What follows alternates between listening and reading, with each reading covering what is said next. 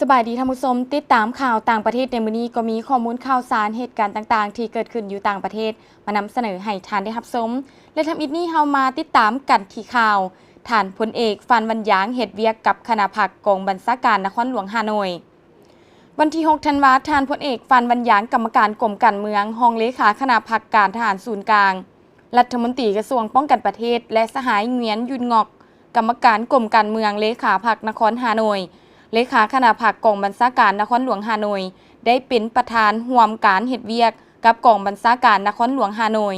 ท่านพลจัตวาดาววันเย็นหัวหน้าการทหารกองบัญชาการนครหลวงฮานอยรายงานว่าในปี 2025 กองบัญชาการนครหลวงฮานอยได้เป็นเจ้าการเป็นเสนาธิการให้นครเพื่อพันขยายปฏิบัติสำเร็จบรรดาหน้าที่การทหารการป้องกันชาติท้องถิ่นให้สำเร็จตามแผนการท่านพลเอกฟันบรรยางตีราคาสูงเวียกงานซีนำพาของคณะผักนครสภาประชาชนนครคณะกรรมการประชาชนนครฮานอยที่มีความตั้งหน้าเป็นเจ้าการเป็นเสนาธิการของกองบัญชาการนครหลวงฮานอยในการปฏิบัติหน้าที่เวียกงานป้องกันชาติการทหารปี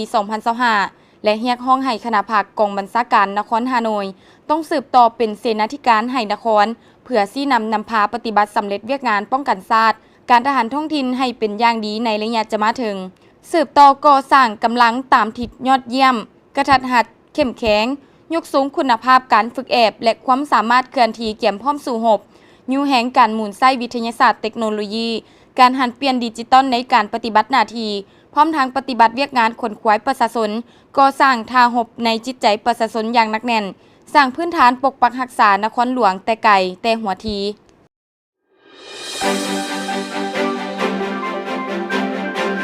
และคราวนี้มาติดตามกันที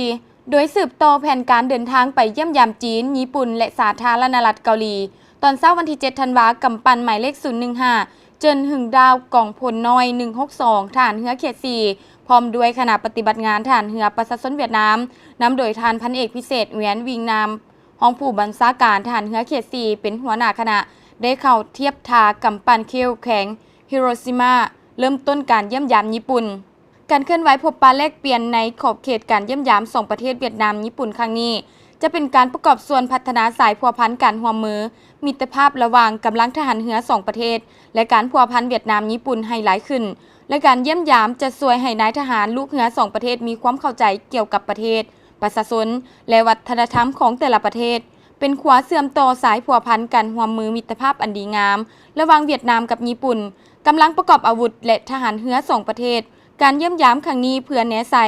หันแถลงการวิสัยทัศน์ร่วมเกี่ยวกับการร่วมมือด้านป้องกันชาติเวียดนามญี่ปุ่นมุ่งไปถึงซุ้มปีต่อหน้าที่กระทรวงป้องกันประเทศ2ประเทศที่ได้ลงนามในปี 2018 ให้ปรากฏผลเป็นจริงสอดคล้องกับสายพัวพันคู่ร่วมมือยุทธศาสตร์รอบด้านเพื่อสันติภาพและวัฒนถาวรอยู่อาซีและในโลกพร้อมกันนั้นเพิ่มทวีสายพัวพันการร่วมมือมิตรภาพความไว้เนื้อเชื่อใจและความเข้าใจซึ่งกันและกันระหว่างทหารเรือ2ประเทศภายหลังพิธีต้อนรับบรรดานายทหารเรือญี่ปุ่นได้ขึ้นเยี่ยมย้ำกำปั้นหมายเลข 015 เจินหึงดาว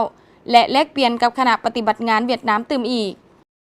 ท่านผู้ชมและนี่ก็แมนข้อมูลข่าวสารเหตุการณ์ต่างๆที่เกิดขึ้นอยู่ตามประเทศที่พวกเราได้นำมาเสนอให้ทานได้รับชมและมาวันนี้เวลาของทางข่าวต่างประเทศก็ได้หมดลงแล้วบรรดาทานสามารถติดตามรับชมย้อนหลังหรือเพิ่มเติมได้ที่ Facebook Page LATV สำหรับมื้อนี้ลาท่านผู้ชมไปก่อนสบายดี